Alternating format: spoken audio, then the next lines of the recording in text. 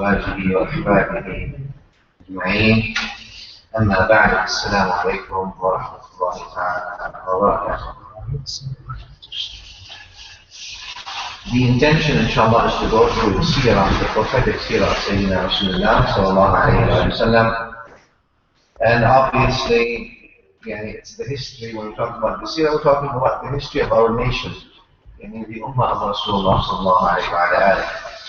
And talking about what happened from the beginning of this blessed Ummah. Obviously, the Seerah, the prophetic Seerah, or the prophetic Seerah is generally the key to Islamic history and understanding how things were happening.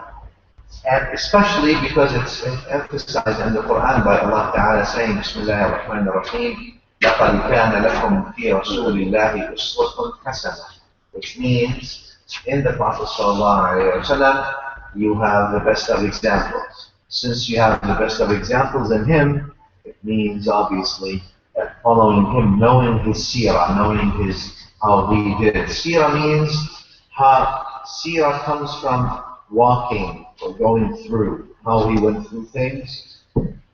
Obviously, this is what we will be doing, inshallah ta'ala. The sources of Seerah, obviously, are four.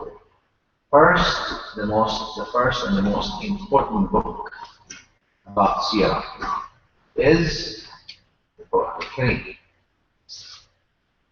That's the first source, that's the first reference. It contains lots of Seerah. Number two, the books of Hadith, and obviously from that selecting the authentic. Then the books of Seerah, or plural will be the books of Siyar, plural for Seerah, and the books of Maghazi, Shama'il, etc. And then fourth would be the books of language and poetry, and the books of literature, things like that. Those are usually the four sources.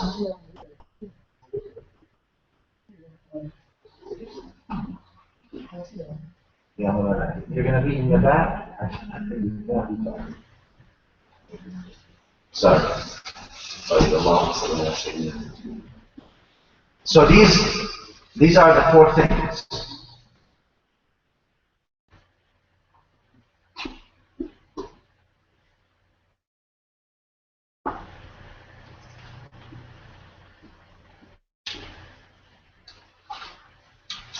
These are the four sources of the Seerah.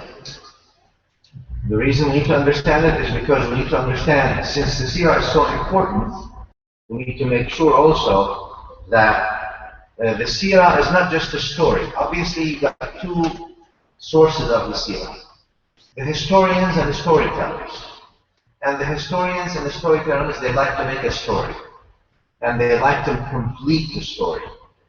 Unfortunately, that's not the reality in the Seerah, in the authentic Seerah, not in the actual Seerah. Obviously, in the actual Seerah, the story is complete. If we want to go to the authentic Seerah, or remain only with the authentic evidence, hadithi evidence in the Seerah, the picture is not always going to be complete. But it's enough. Can we have the brothers in the back please be silent because I can't focus? Yeah, Mulana Nawaz. Where's Mulana Nawaz?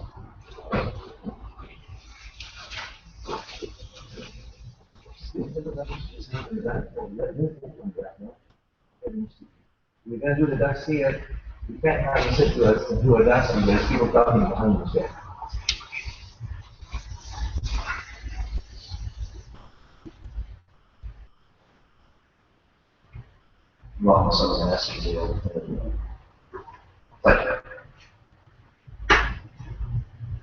The view of the storytelling usually worries about making a story. Now, sometimes the story has authentic elements, and sometimes it does not have authentic elements. But you say there's a point here, there's a point there. It makes sense if this way. That's fine for telling stories, and that's most of what the Seerah books do, is telling a story. However, if you want to deduce from this or have inference from the Sirah as to what the Prophet ﷺ did, that's not good. The reason is because it may be inauthentic and you cannot build something on weak evidence. So that's very important. And therefore, so like I said, so the first Al-Quran al-Kareem, then the Hadith, the books of Hadith, then obviously the books of Siyah, and Dalail like Dalail al-Bayhaqi or others, the book of Shama'il, then the books of literature and poetry. This is where people got their sort of Sirah books. Most of the Sirah books you find out there are story books. In other words, they are not necessarily founded on authentic evidence. In fact, very few is. Most of them is about presenting a good story, because most of the books are usually designed for the masses to get a picture. Right? Now again, you might have an issue with that, so do I in a sense, but what we're going to be doing through this approach, inshallah, is we're going to be doing approach, we're going to talk about the Sirah from the authentic Hadith evidence only. So that which is authenticated by some of the file of Hadith in the old days, and that falls within that. Obviously, we're going to bring also some Hasan narrations. As you know, Hasan usually follows the Sahih, and then if something is weak and it's consistent, I'll mention that. Obviously, as you all know, in general, weak evidence narratives may be used to sort of give you a glimpse of the picture, but it cannot be used to deduce any jurisprudential sentence or a matter of belief. This is just so we understand the methodology.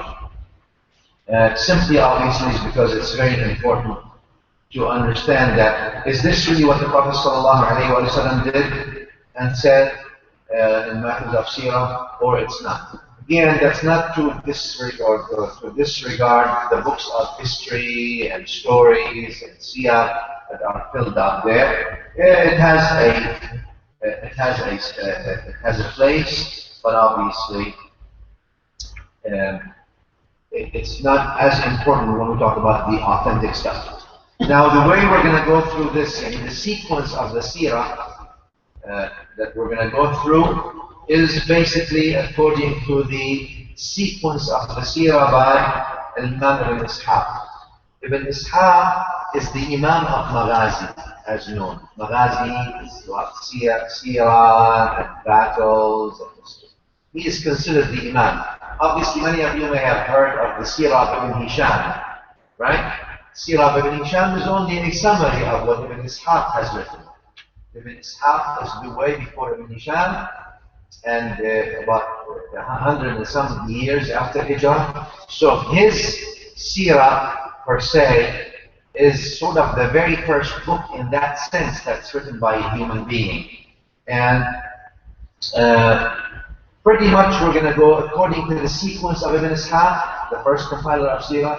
Well, like I said, died about a couple of hundred years or less than a couple of hundred years after the Prophet ﷺ. But we're going to sometimes switch the sequencing because I don't feel that maybe his sequence is necessarily authentic. When I feel it's inauthentic, then I'm going to switch. I'm going to try to switch. But anyway, in general, we're going to be going through that, inshallah. Also, in every sort of section of the Sirah, the first hadith I'm going to mention, I'll try to bring the biggest hadith in the issue and the most authentic.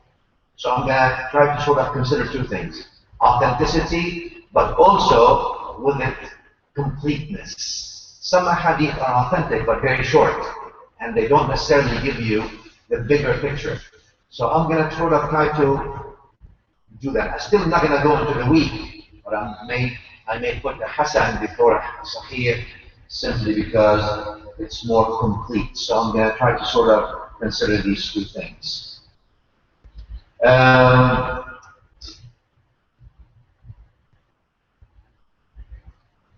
We'll go through some, if we find some gaps in the Sirah, obviously, from the authentic evidence, we're going to try to go, I will try to bring some weak hadith, but I will mention them to you. So again, you know, what to build on and what not to build on. Weak evidence cannot be built, nothing can be built. Because it's not binding, it's just there. So with that, inshallah, after we finish, inshallah, I'll open the floor for questions, and then we'll try to do that, inshallah, every session. With that, I want to remind you and myself, obviously, we're talking about the Sirah of Sayyidina Rasulullah sallallahu alayhi wa sallam. So when you hear his name, obviously, the reason you're trying to learn about the Sirah is because you want to be close to him, you want to know him more, you want to have a closer up relationship with him, you want to see how he did things. So I need this to remind you that the whole point, since you want to be close to him and talking about the Sirah, when you hear his name, you make salam and salam with him, sallallahu alayhi wa sallam. You don't forget that, especially, obviously, we are in the month of Ramadan, etc., etc. So we're going to start again. The first section we're going to talk about is pre-Bi'tha. Bi'tha means announcement of the message. We all realize the Prophet ﷺ announced the message at age 40. We're going to talk about that. But we're going to start from before the Bi'tha, before the announcement of the message. And with that, there's few sections. Number one, we're going to talk about who the Prophet ﷺ is. طبعا Imam Bukhari narrates in his Sahih that Sayyidina Rasulullah ﷺ's nickname is what? Oh, number one, his name is Muhammad sallallahu alaihi wasallam. What's his nickname? Abu al-Qasim. Right? Abu al-Qasim is his name. Bukhari rahimahullah says, هو Abu al-Qasim Muhammad ibn Abdullah. We should know obviously the name of the father of the Prophet sallallahu alaihi wasallam. Abdullah bin Abd al-Muttalib bin Hashim bin Abd Munaf. So the least that we know about four or so. The Arabs like to use always four in general, even now, right? So they like to use four a lot of times. You know, Muhammad bin Yahya bin Muhammad bin so. Because really, your last name is something that came recently. Your name, according to the Arabs, you is who your father is, and who your father's father is, and who's your grandfather's father is. That's what your name is. But anyway, so النبي صلى الله عليه وسلم والبخاري في الصحيح هو أبو القاسم صلى الله تعالى عليه وآله وسلم محمد بن عبد الله بن عبد المطلب بن هاشم بن عبد مناف بن قصي بن كلاب بن مرة بن كعب بن لؤي بن غالب بن فهر بن مالك بن نضر بن كنانة بن خزيمة بن مدركة بن إلياس بن مضر بن نزار بن معد بن عدنان. Up until Adnan, all the ulama of the Sirah and Hadith agree. Adnan is among the grandchildren, the great-great-great-grandchildren of Sayyidina Ismail. Ismail is the child of Sayyidina Ibrahim alayhi salam. But the historians and the ulama of the Sirah disagree on the line between Adnan and Ismail, on the names. Which is first, which is after, so there's disagreement. Up to Adnan as such, يعني محمد صلى الله عليه وسلم بن عبد الله بن عبد المطلب بن هاشم بن عبد مناف بن قصي بن كلاب بن مرة بن كعب بن لؤي بن غالب بن فهر بن مالك بن نضر بن كنانة بن خزيمة بن مدركة بن الياس بن مضر بن نزار بن معد بن عدنان. This is agreed upon. So, and therefore Imam al-Baghawi rahimahullah ta'ala said in the Sharh of the Sunnah, he said, after Adnan, we don't have authentic evidence to exactly the sequence. Now, and that's something important. Obviously, no one has a disagreement that the great-great-great-great-grandfather of Adnan is Ismail, and obviously no one has disagreement that the father of Ismail alayhi salam is Ibrahim alayhi salam, or alayhi salam. That's his name, sallallahu ta'ala alayhi wa alihi wa sahbihi wa azwajihi wa sallam, and that's who he is. Muhammad ibn Abdullah ibn Abd al-Muttalib bin Hashim. That's why maybe you hear sometimes his nickname as Hashimi, because he's Muhammad bin Abdullah bin Abdul Muttalib bin Hashim. Right? So Hashim is the father of Abdul Muttalib. Alright. Abdul Muttalib, obviously his grandfather. Just a couple of things, I don't want to go too much on this here, but let me see. Wathir ibn al-Asqa, radiallahu anhu, wa hadith is in Sahih Imam Muslim. He said that the Nabi sallallahu alayhi wa alihi wa sallam said, Inna Allah azza wa jalla astafa min waladi Ibrahim Ismail. The Nabi sallallahu alayhi wa sallam is telling us, Allah chose from the children of Ibrahim, Ismail. Stafa means to choose, to select. وَاصْطَفَى مِنْ بَنِي إِسْمَاعِيلَ كِنَانَةً. And he chose from the children of Ismail, Kinana, one of them. وَاصْطَفَى مِنْ بَنِي كِنَانَةَ قُرَيْشًا. And he chose from Kinana, Quraysh. وَاصْطَفَى مِنْ قُرَيْشٍ بَنِي هَاشِمٍ. And he chose from Quraysh, Hashim, the children of Hashim. And وَاصْطَفَانِي مِنْ بَنِي هَاشِمٍ. And he chose me and selected me out of Bani Hashim. Now, remember that, so he's telling you that Quraysh is from basically Kinana. Now, in the line of Nasab, in the line of the fathers of the Prophet ﷺ, we did not see someone named Quraysh. Right? We saw Kinana. So where's Quraysh came from? So therefore then, obviously, Quraysh is from the children of Kinana. And therefore the historians disagree. Some people say Ghalib or Fihr, one of them, and many say Fihr, who is the son of Malik, the son of An-Nadr, the son of Kinana. He says Fihr was nicknamed as Quraysh. Nicknamed as Quraysh. So the Arabs used to have names and nicknames in general, and sometimes they would use them alternatively. We'll see. Now, why did they name him Quraysh? They say Quraysh comes from Qirsh. Qirsh means sharp. And obviously, though the Arabs were people of the desert, in other words, they did not really ride the seas. But it seemed that they viewed that the shark is the king of the fish. And therefore, Quraysh is the king of the people in a sense, above the water. So that's why they nicknamed him, among them, among those names. Or Allah knows best. We don't have any authentic evidence to this now. Again, that's something. Also, Hashim, the great-grandfather of the Prophet ﷺ, Sayyidina Rasulullah is Muhammad bin Abdullah bin Abdul Muttalib bin Hashim. Right? Alright? So we understand Abdullah, we understand Abdul Muttalib. Hashim, that's not his real name. His real name, that's his nickname. His real name is Amrul. He was nicknamed Hashim.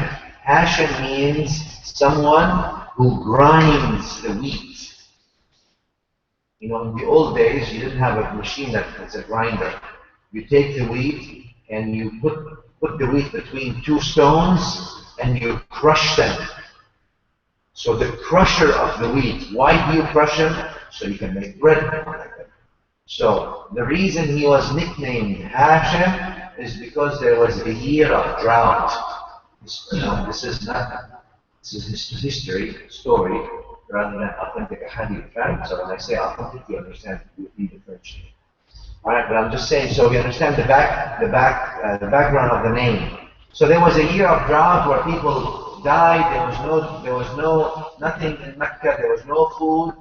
And Amr, the great-grandfather of Prophet ﷺ, had lots of wheat, or he went and bought lots of wheat, and he crushed it and made bread and gave it to people, and he fed people. So from that point on, they nicknamed him Hashim. Hashim al-Tharida liqawli. He actually crushed the wheat and gave it to people, so he fed them in the year of drought.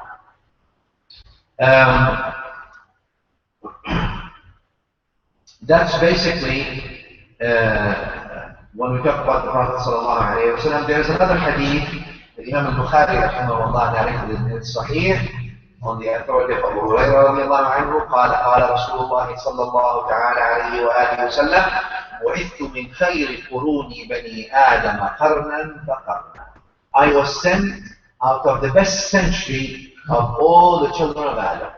حتى وعثت من القرن الذي كنت فيه. So the best century then, the one that Nabi sallallahu ta'ala alayhi wa alihi wa sallam was sent from. And there is a hadith, it's not a Sahih, Imam al-Tirmidhi narrated it, on the authority of Abdul Muttalib bin Rabi'a bin Harith bin Abdul Muttalib. Right? Abdul Muttalib bin Rabi'a bin Harith bin Muttalib. So, eventually from the cousins of the Prophet sallallahu alaihi wasallam. He says, قال أتى ناس من الأنصار إلى النبي صلى الله عليه وآله وسلم. People from the Ansar, right? So we have two kinds of Sahaba, at least in the beginning stage. We have the Muhajirin, we have the Ansar, right? The Muhajirins are usually what? Who?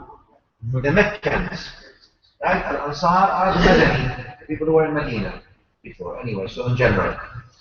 So people from the Ansar, delegation from the Ansar came to the Prophet sallallahu alayhi wa sallam. فقالوا إنا لنسمع من قومك حتى يقول القائل منهم إنما مثل محمد مثلنا صلى الله تعالى عليه وسلم مثلنا. They're saying basically that Muhammad sallallahu alayhi wa sallam is like a nakhla. It's like a tree and grew in some place. Anyway, and Nabi sallallahu alayhi wa sallam told them, أيها الناس من أنا? All people, who am I? So he collected all the people, says, who am I? قالوا أنت رسول الله صلى الله عليه وسلم. They told him, you are the Prophet of Allah صلى الله عليه وسلم. قال أنا محمد بن عبد الله بن عبد المطلب. He says, I am Muhammad, the son of Abdullah, the son of Abdul Muttalib. They said, we've never heard him say that before. And we've heard him saying, La Rasulullah. He said, Ana Muhammad ibn Abdullah bin Abdul Muttalib. Illa anna Allah khalaqa khalqa. Except that Allah created people. فَجَعَلَنِي مِنْ خَيْرِ خَلْقِهِ. And He made me out of the best of His creation. ثُمَّ فَرَقَهُمْ فِرْقَتَيْنِ. Then those best of the creation, He split them into two groups. فَجَعَلَنِي مِنْ خَيْرِ الْفِرْقَتَيْنِ. And He made me from the best of the two groups. Then, from that best of two groups, He made them ثُمَّ جَعَلَهُمْ قَبَائِلَ. Then He made them into tribes. فَجَعَلَنِي مِنْ خَيْرِهِمْ قَبِيلًا. And He made me from the best of the tribes of them. Then those best of the tribes were made into homes. ثُمَّ جَعَلَنِي, يعني sub-tribes. ثُمَّ جَعَلَهُمْ بُيُوتًا. He made them into homes or families within the tribe. فَجَعَلَنِي مِنْ خَيْرِهِمْ بَيْتًا. He made me among the best of them in family. وَأَنَا خَيْرُكُمْ بَيْتًا صلى الله عليه وآله وسلم. And I am the best of you family. وَخَيْرُكُمْ نَفْسًا. And I am the best person amongst you. صلى الله عليه وسلم. So again, this shows us, it's an intro to who Sayyidina Rasulullah sallallahu alayhi wa sallam is. Okay.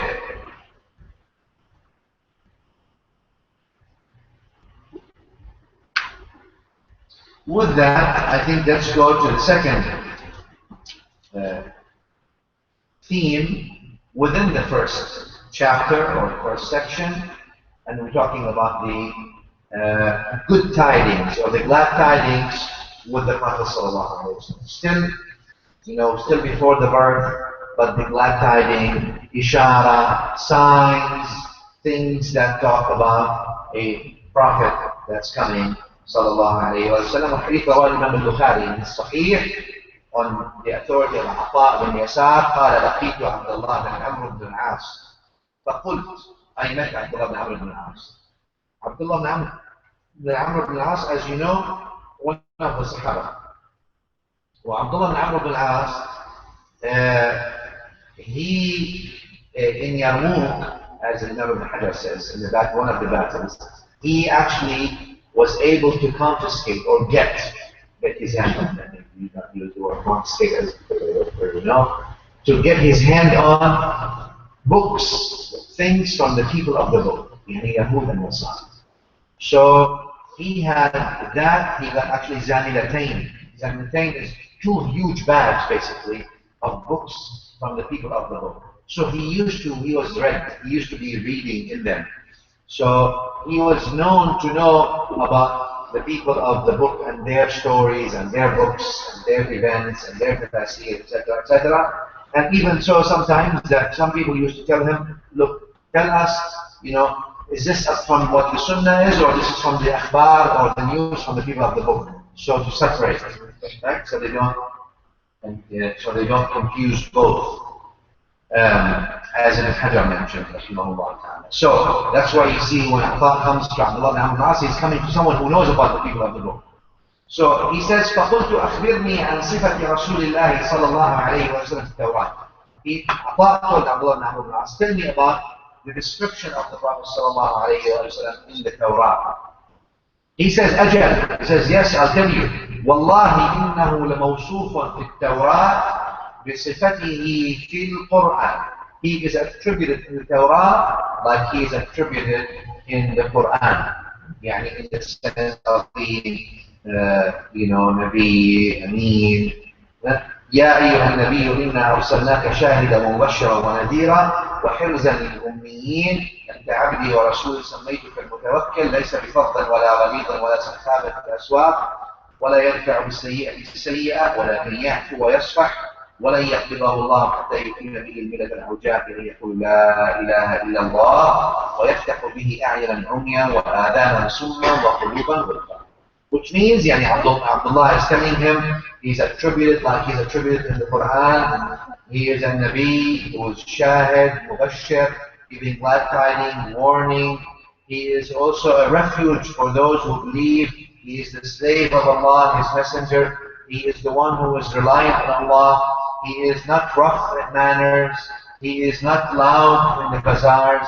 He does not reward evil with evil. Sallallahu alayhi wa sallam. If someone does an evil, he doesn't reward it with evil. But he forgives and lets go. وَلَنْ يَقْبِضَهُ اللَّهُ تَعَالَى. Allah will not take him to him until he straightens the people's belief with him that they end up saying, La ilaha illallah. Allah will open with him eyes that were blind, ears that were deaf, and hearts that were closed. That's basically what Abdullah ibn Amr said. طبعا Ka'b al-Ahbar has also a narration. Ka'b al-Ahbar is not a Sahabi, but Ka'b al-Ahbar, his name Ka'b. You probably have heard the name, right? Ka'b al-Ahbar. Ahbar is a plural of Hibr. Hibr means ocean of knowledge. Ahbar is the oceans of knowledge. Ka'b is the most knowledgeable out of the oceans of knowledge. He was a Yahudi scholar. And out of the Yahudi scholars, he was the ocean among the oceans. And out of the oceans, he was the ocean of the oceans, whatever you want to call it. So that's what his nickname is.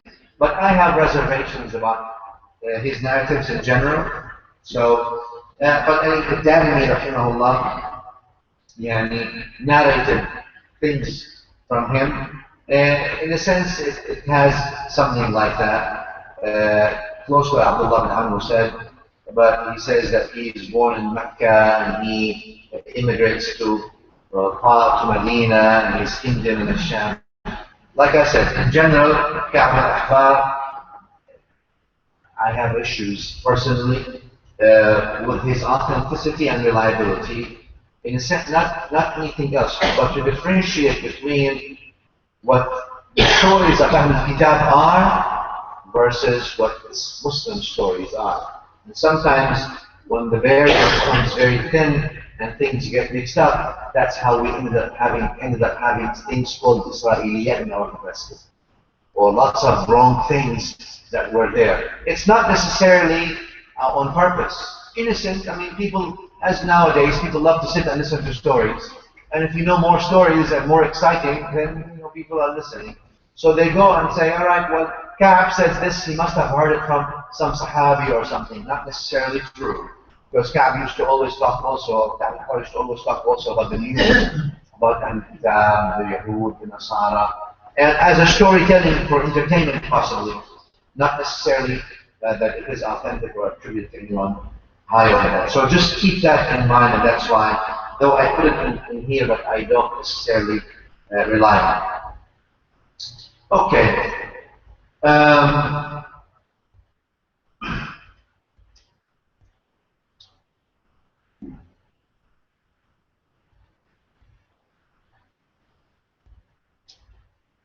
So let's talk about another hadith here, and this is actually Ibn Hisham brought this hadith, and also Ahmad, and the Hakim authenticated it. Hisham was hadith Sahih,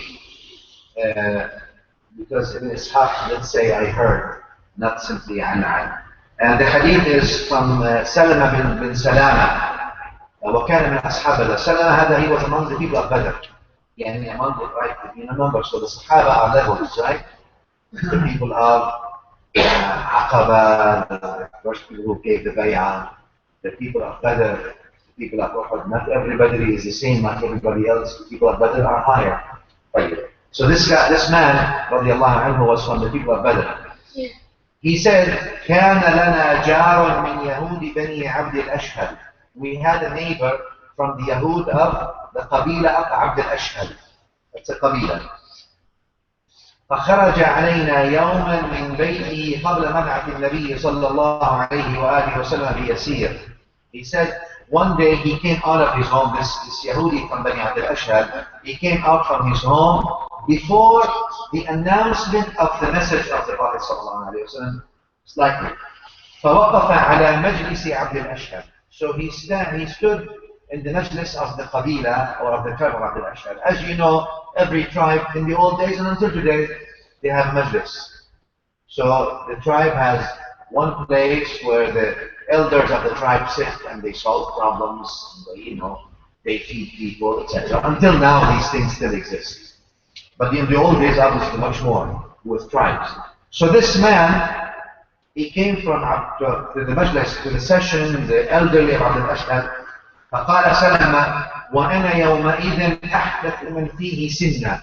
And Salama, who became obviously Muslim among people of Badr, he says, I was the youngest person at that time there in the majlis. علي burda, I used to have a burda. Burda means like a cloak. مضطجعا فيها بفناء أهلي. And I was laying down, it's the house, it's the backyard of my family. I'm like, young kid listening to this man. He says, فذكر البعث والقيامة والحساب والميزان والجنة والنار. He started talking about the resurrection. He started talking about qiyamah, about hisab, about mizan, about jannah, mizan the scale, except accountability, about jannah and nar, paradise and hellfire.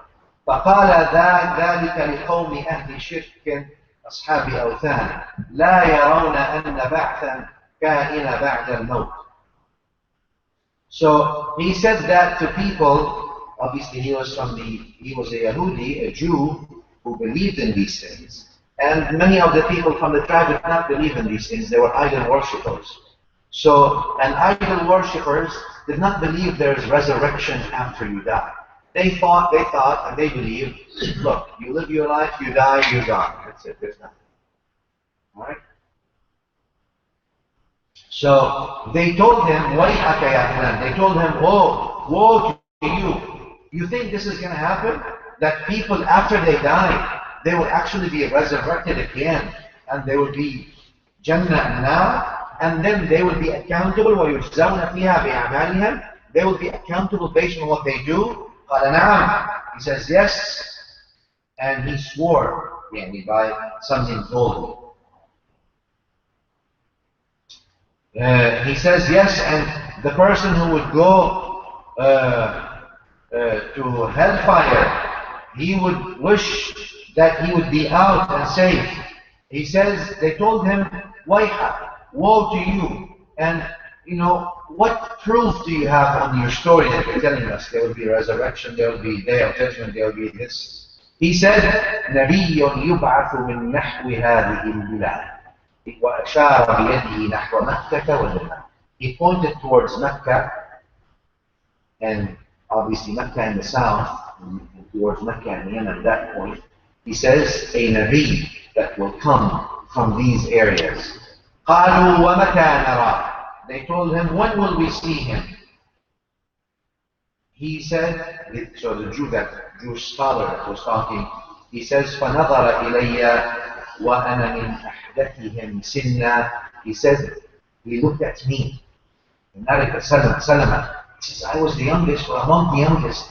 He looked at me and he said, if this young kid lives long enough, he will actually see him. فقال سلمة now the narrator, he was a kid, he says, فوالله ما ذهب الليل والنهار. Day and night kept coming حتى بعث الله تعالى رسوله صلى الله عليه وسلم وهو حي بين أظهرنا. Until Allah sent, it didn't happen that fast. It happened very fast. Allah sent His Messenger sallallahu alayhi wa sallam, and we were alive. So some of us believed in him, and some of us disbelieved in him. بغيا وحسدا, out of hasad and jealousy. Usually, that's what people do. They know the haqq. They know what the truth is. But their arrogance and in themselves and their jealousy does not allow them, does not permit them to submit to it. And that's what Salama says. فَقُلْنَا وَيْلَكَ يَا فُلَانَ أَلَيْسَ الَّذِي قُلْتَ أَبْنَا فِي مَطْلُ. But this is among the ahadith again, and that's among the authentic ones that talk about the Yahud, the Jews actually in Medina at that time, from Bani Abd al-Ashhal, are actually saying about him, other than the hadith of Abdullah bin Amr. Right? So some people, so that must be a Jewish monk or something that was there that went and was telling them about this based on the narration of Salama, who was among them and who lived until he believed in the Prophet ﷺ and became among the people of Badr. Another section under this chapter, still we are in the pre-announcement phase or era, is the monks talking about his birthday or about his coming, sallallahu alayhi wa sallam, or amongst about his prophethood, sallallahu ta'ala alayhi wa ala alihi wa sahbihi wa sallam. Okay.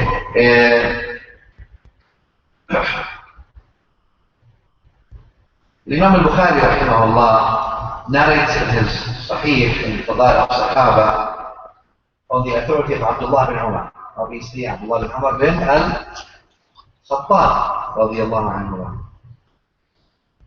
He said, Abdullah bin Umar is saying, ما سمعت عمر بشيء قط يقول إني لأظنه كذا إلا كان كما يظن. Abdullah bin Amr, Abdullah bin Umar, Abdullah bin Amr and Abdullah bin Umar, right? Abdullah bin Amr here is narrating. He says, I have never heard Umar saying something, I think it would happen like this, or it would be like this, except it didn't. He says, بينما, then he continues to say, بينما عمر جالس إذ مر به رجل جميل. While Umar was sitting, a handsome man stopped by him. Let's say no. فقال عمر لقد أخطأ ظني أو إن هذا على دينه في الجاهلية أو لقد كان كائنهم علي رجل فدعي له فقال له ذلك. He said, فقال ما رأيتك اليوم استقبل به رجل مسلم فقال إني أعزم عليك إلا ما أخبرتني. قال كنت كائنهم في الجاهلية. قال فما أعجب ما جاءتك به جنيتك. قال بينما أنا يوما في السوق جاءتني أعرف منها الفزع فقالت ألم ترى الجن وإبلاسها ويأسها وإبلاسها ويأسها من بعد إنكاسها ولحوقها بالخلاص وإحلاسها. قال صدق. قد بينما أنا نائم عند آلهتهم إذ جاء رجل بعجل فذبحه Anyway, the story is long. Let me just go through. So Sayyidina Umar, a man passed by him. So he says, this man is still on the Jahiliyyah. Let me ask him. So he became Muslim. He says, all right, so how was it you were the chief of them in the Jahiliyyah? You know, did the jinn tell you anything? You were the man, you were a monk, you were this kind of, you know, doing all this worship, etc., etc. Did the jinn tell you anything? You know, he says, when I was sleeping next to their gods or their idols, a voice came to me saying, Amrun ya Jalih, Amrun Najih. There is something that came, رجل فصيح, eloquent speaker that came. يقول لا إله إلا الله. He's saying لا إله إلا الله.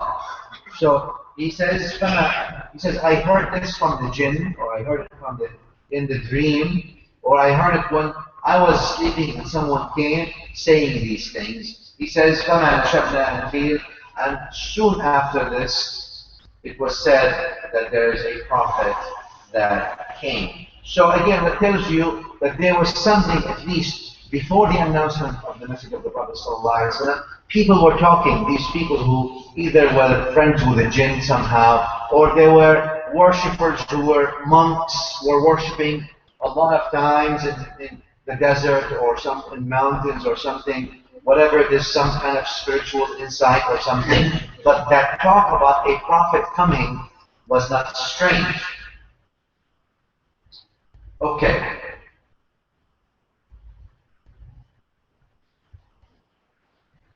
Another hadith, Ahmad, Imam Ahmad, narrated in his Musnad on the authority of Jabir. He said, so Jabir is saying, the first news we heard about Rasulullah sallallahu alayhi wasallam is that there was a woman who used to speak with shayateen or jinn or something, whatever. So a bird came to her, or in a form of a bird, came to her and told her something.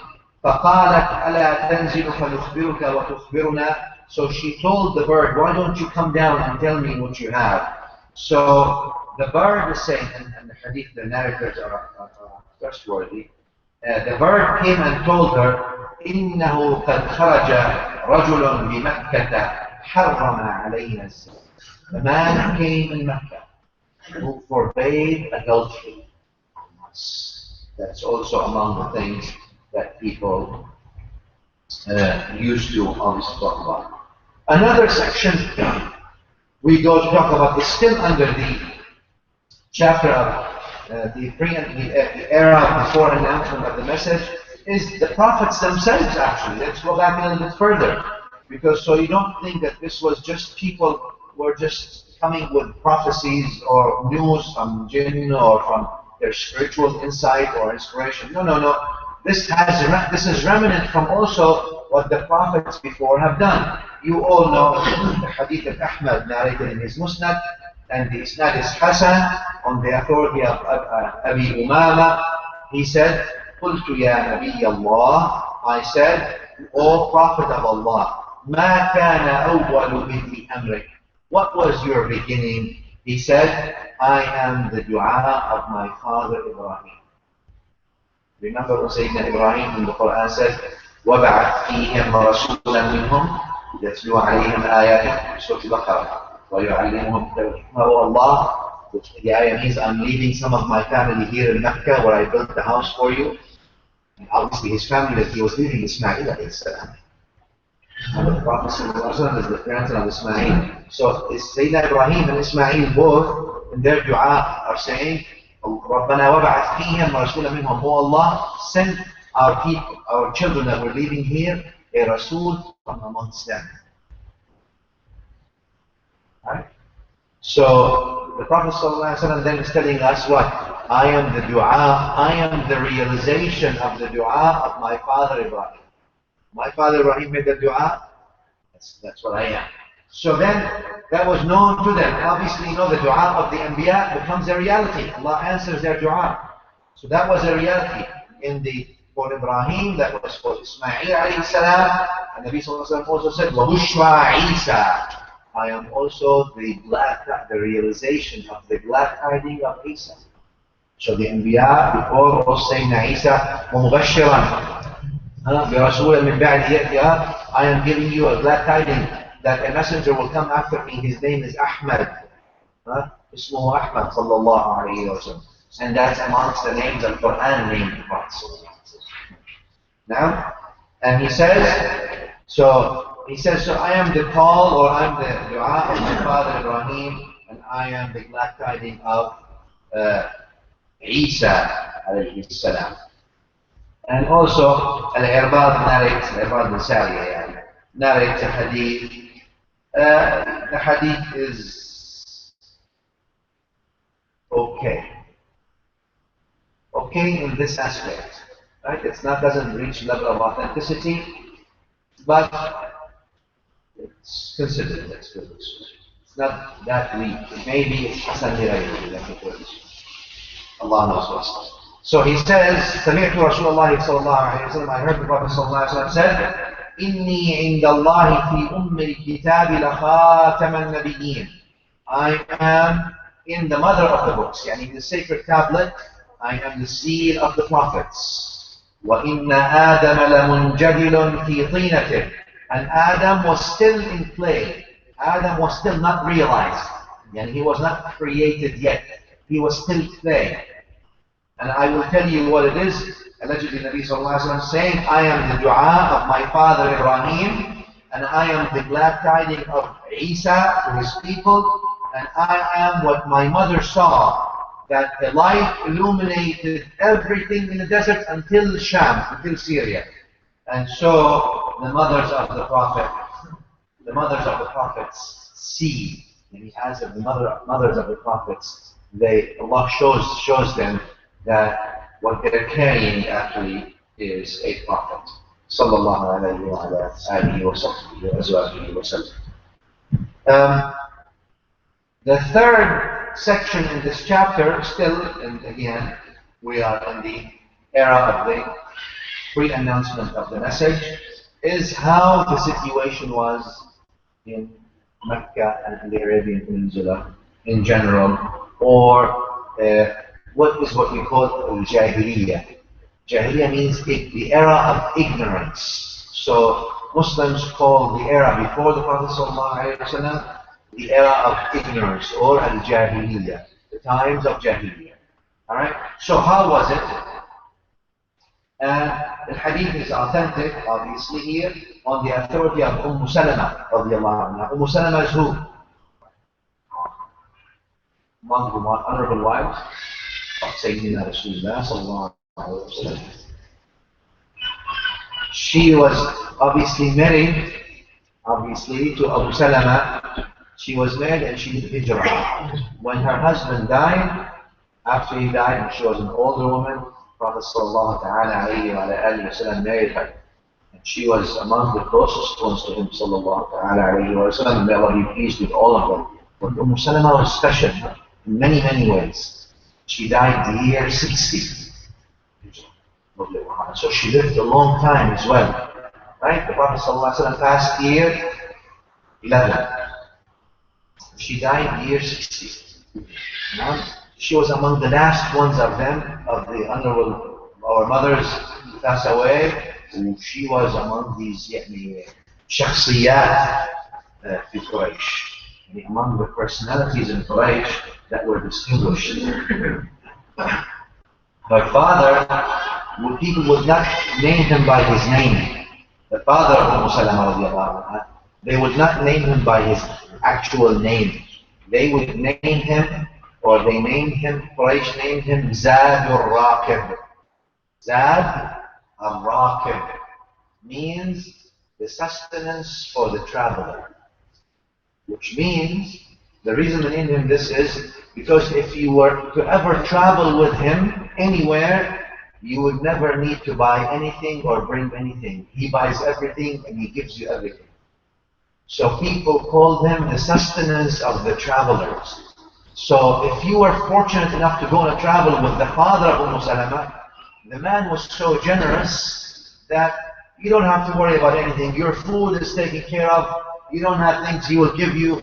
You don't worry about it. SubhanAllah. So this is from the kind of family she came. Salama radiallahu ta'ala anha wa ardaha. So Salama was in the early Sahaba who migrated to Habasha, to Abyssinia. Imagine, so early. Among the very few people who were in the migration to Abyssinia, and they went and met the king of Abyssinia, Najashi. She was in the delegation there. And obviously, Sayyidina Ja'far was the chief of the delegation, the ambassador, right? She was an attaché with him. Okay, he was the ambassador, so she was listening. So she narrates the hadith. Hadith al-Sahih. She is narrating the hadith of what Sayyidina Ja'far radiallahu anhu told who? Najashi, the king of Abyssinia. Right? He says, Ayyuha al-Malik, Your Majesty, O King, she's telling him, Kunna qawman ahla jahiliyyah. Why now, you all remember, I don't want to go into this, but why did Sayyidina Ja'far have to go and speak? Remember that Najashi, as the king of Abyssinia, was connected to Quraysh. When Quraysh heard that some of the Sahaba left to Abyssinia to seek refuge, to East Africa to seek refuge, they sent Amr ibn al-As. At that time, Amr ibn al-As was not Muslim. Right? Amr ibn al-As was a well-traveled man. He knew the king. He was his friend. So they gave him lots of gifts. Amr ibn al-As went to the king of Abyssinia and told him, look, Your Majesty, you know, we're friends. You know, I represent Quraysh. And these people, they are bad people. And Quraysh wants them extradited back to Mecca for punishment. Because these people are destroying our country, our society, you know, the same things. Right? We need them back, and you are our friend, you know, you are the friend of Quraysh for a long time. I am your friend, I represent. So the king of Abyssinia, he was a Christian man who was knowledgeable. He followed Sayyidina Isa in that sense, right? He was reasonable. He was a king. He doesn't listen to only one side of the story. A fool is the one who listens to one side of the story. Huh? Let me listen to the other side. So he gave opportunity to Ja'far radiallahu anhu to say his side. And that's what Sayyidina Salama radiallahu anhu is saying.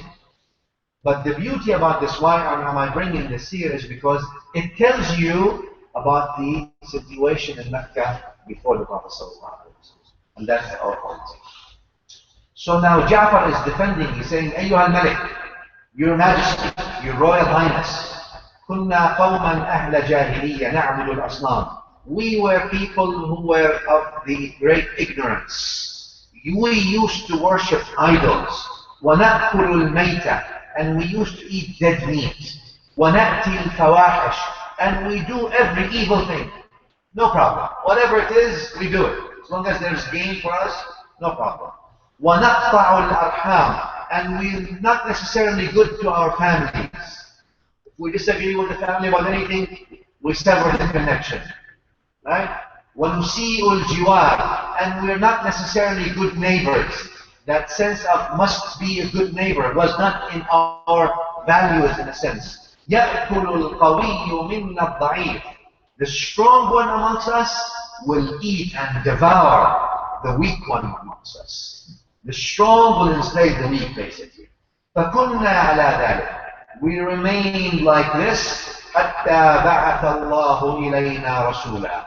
Until Allah sent to us a messenger from amongst us. مِنَّا نَعْرِفُ نَسَبًا. We know his family lineage.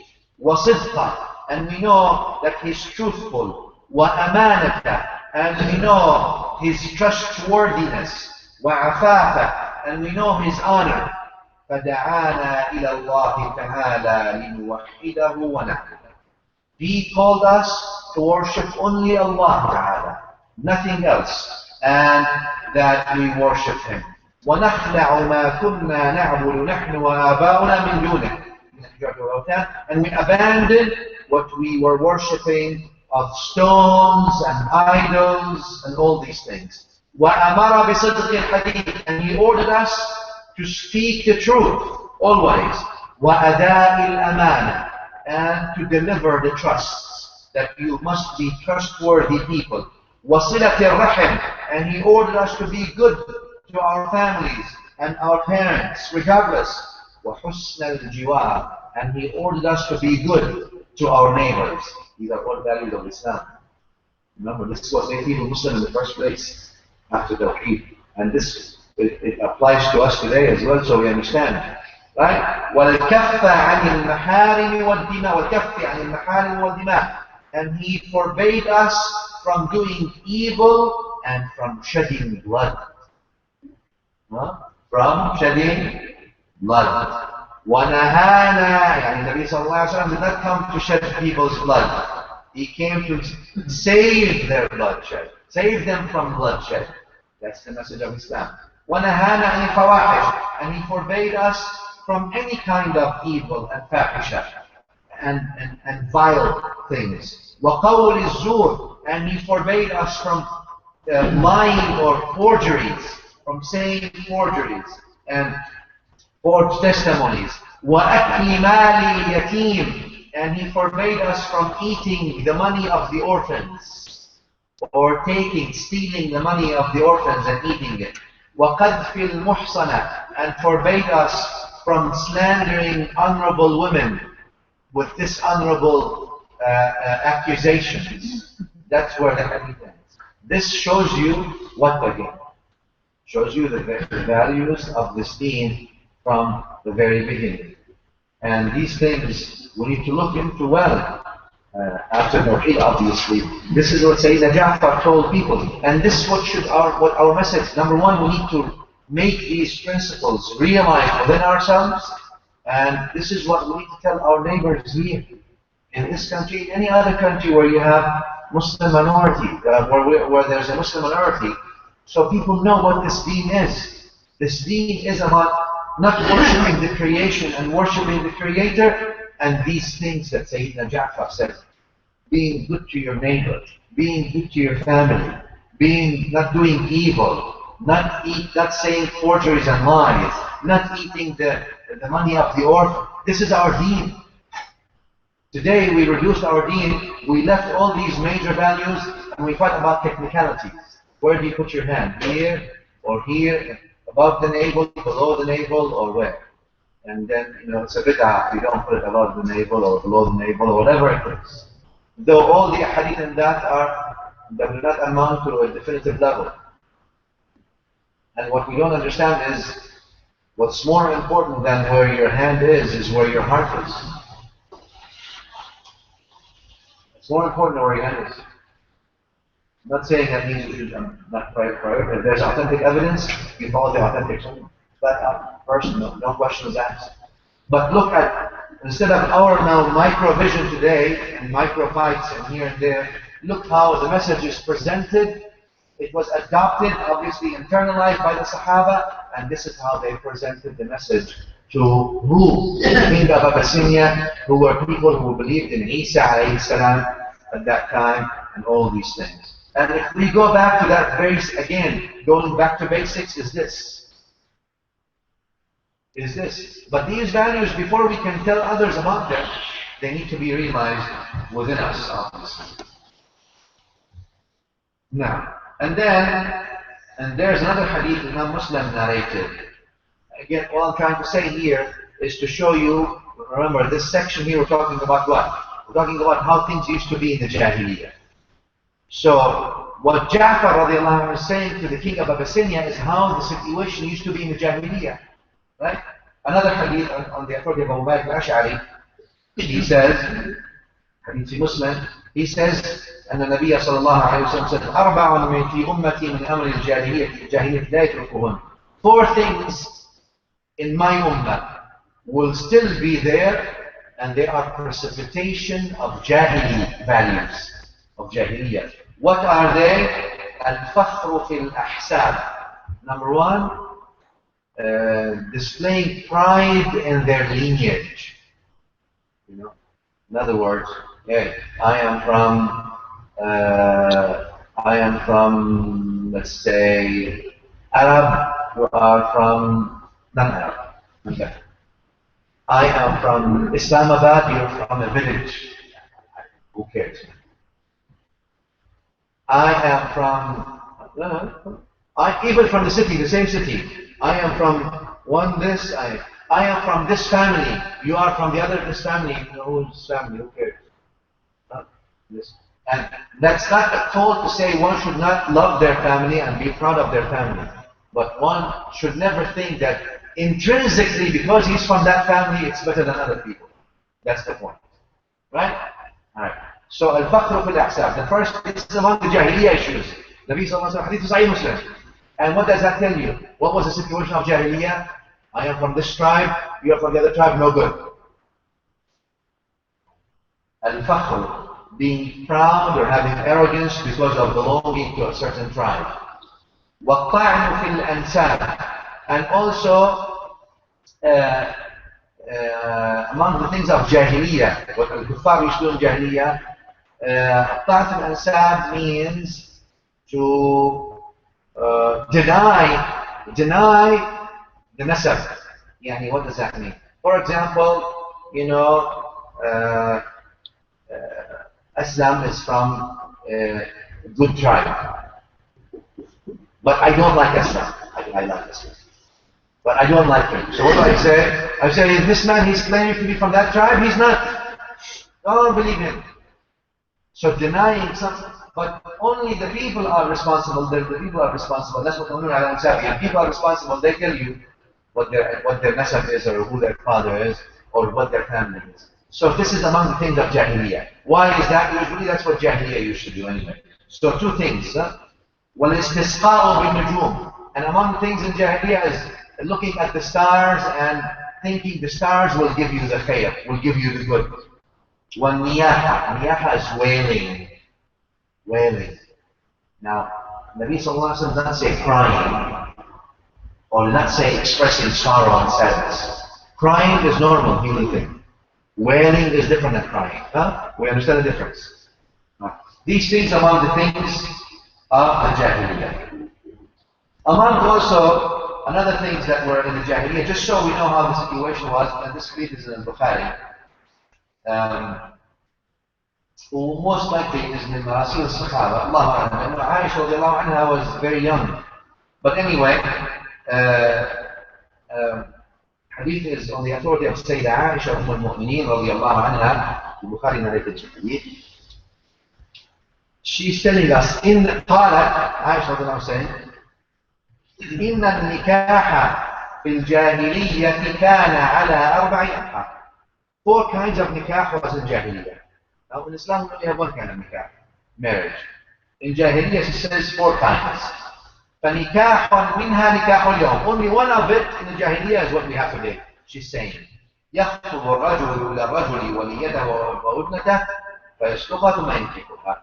يعني one will ask for the hand of someone's daughter or someone's guardian, her guardian, and then will get married. That's one. That's the one that remains, she says. But in the Jahiliyyah there was another one. She says, وَنِكَاحٌ آخَر, there was something where the man, the era of the great ignorance again, would say to his wife, go to so and so and stabli minhu. Stabli minhu means get pregnant by him. وَيَعْتَزِلُهَا زَوْجُهَا, she says, and her husband would actually not get close to her until she got pregnant. And they would do that in the era of the great ignorance. They would do that so they can have children. Maybe he doesn't have children or whatever it is. And she says, فَكَانَ هَذَا النِّكَاحُ نِكَاحُ الْإِسْتِبْضَاعِ. They would call this nikah istibda'. Istibda' is getting like bida' or merchandise in a sense. It's a bad name, but anyway. It's sort of getting a child for someone who does not have a child. And that's something in the era of the great, it's called the era of the great ignorance for a reason. Right? He said, and there was also another nikah, obviously. And that nikah, تجتمع الرهط ما دون العشرة فيدخلون على المرأة كلهم يصيبها فإذا حملت ووضعت So أرسلت إليهم فلم يستطع رجل منهم حتى يجتمعوا عندها تقول لهم قد عرفت الذي كان من أمركم وقد ولدت فهو ابنك يا فلان. تسمي من أحبت باسمه. She says, and then sometimes 10 people or less than 10 people would be another form of nikah used to happen, would come and enter on one woman. All of them would have relation with her, or intimate relation with her. If she's pregnant and she delivers, she calls on to all of them, and all of them would appear, and she would choose the one she liked without anything, and she says, "You're the father," and that child would then become the son of whoever she chose, arbitrarily like this, and he cannot deny it. And that's one thing also. And the fourth, obviously, is the nikah of al-bagaya. She says, that was also in the era of the great ignorance. يجتمع الناس الكثير. Many people come, and she says, وهن البغايا. Bagaya means prostitutes, obviously. She said, رضي الله عنها, she said, كنا ينصبن على أبوابهن رايات تكون علما. They would put flags on their tents at that time. So what prostitutes used to do at that time in the Jahiliyyah is they would put flags in front of their tents. Hadith fi Sahih al-Bukhari. That's not the story. They would put flags on their tent to know that this is a woman who's practicing this line of work. And then if she becomes, she says, فَإِذَا حَمَلَتْ, if she eventually, and anybody can go. Obviously, it's for a financial reward. So she says, فَإِذَا حَمَلَتْ, if one of them, these women who live in these tents and put flags, if she becomes pregnant, she says, she would put the flag down, so she's no longer working. And وَدَعُوا لَهَا الْقَافَ ثُمَّ أَلْحَقُوا وَلَدَهَا بِالَّذِي يَرَوْنَ. And then they will attribute the child to what they think most likely is. That Sayyidah Aisha radiallahu anha, and he would be called his name, like he would be called so-and-so, son of so-and-so. Sayyidah Aisha radiallahu anha, at the end of the hadith says, فَلَمَّا بُعِثَ مُحَمَّدْ صلى الله عليه وسلم بِالْحَقِّ, when Nabi sallallahu alayhi wa sallam was sent with the truth, هَدَمَ نِكَاحَ الْجَاهِلِيَّةِ, he destroyed or he abolished all the nikah of Jahiliyyah, إِلَّا نِكَاحَ النَّاسِ الْيَوْمِ, except what people do today. Yani I have also maybe interpretation reservation on the hadith. Right? Obviously this is not something wide per se. It existed in all societies. What that tells you, things that sometimes you hear today and you see, that existed in all societies as well. So that existed. But I don't want you to think that this was, again, like I said, the hadith is from, mind you, Allah knows best, from the Marasil of Sayyidah Aisha, Sahaba, for something she did not witness because she was very young. And that if the age that Al-Bukhari himself, rahimahullah, narrates is authentic, then she was born in Islam way after Islam, so there was no way she would have witnessed anything like that anyway. So she must be attributing a story that she has heard or not. Anyway, in general, even before Islam, people had tribes. And tribes had their moral codes anyway, and ethical codes, whatever their codes are. But they had. But what that tells you, so that's not something that's wide and normal and all these things, but at the same time, it's something that existed and something that was lived. That's how I interpret it. Okay. Let's go another 10 minutes and then 8. You know what? Why don't we stop here today, inshallah ta'ala, and tomorrow we'll continue till 8:15, inshallah. We'll start today. We'll do the Asr at 6:40, then we'll start inshallah after Asr. وصلى الله وسلم على سيدنا محمد وآله والحمد لله رب العالمين. Tomorrow we will talk about some of the people who were searching for the truth before the message. We're still at the era way before the message. We're describing how Jahiliyyah was, how the people who did not believe were, how some of the Jewish and the Christian monks were how some of the people who were looking for truth, how the situation was in general, values of the Jahiliyyah. We're still doing that there, inshallah. Tomorrow we'll talk about some of the people who were searching for the truth before the announcement of the message. We see Allah sallallahu alaihi wa sallam.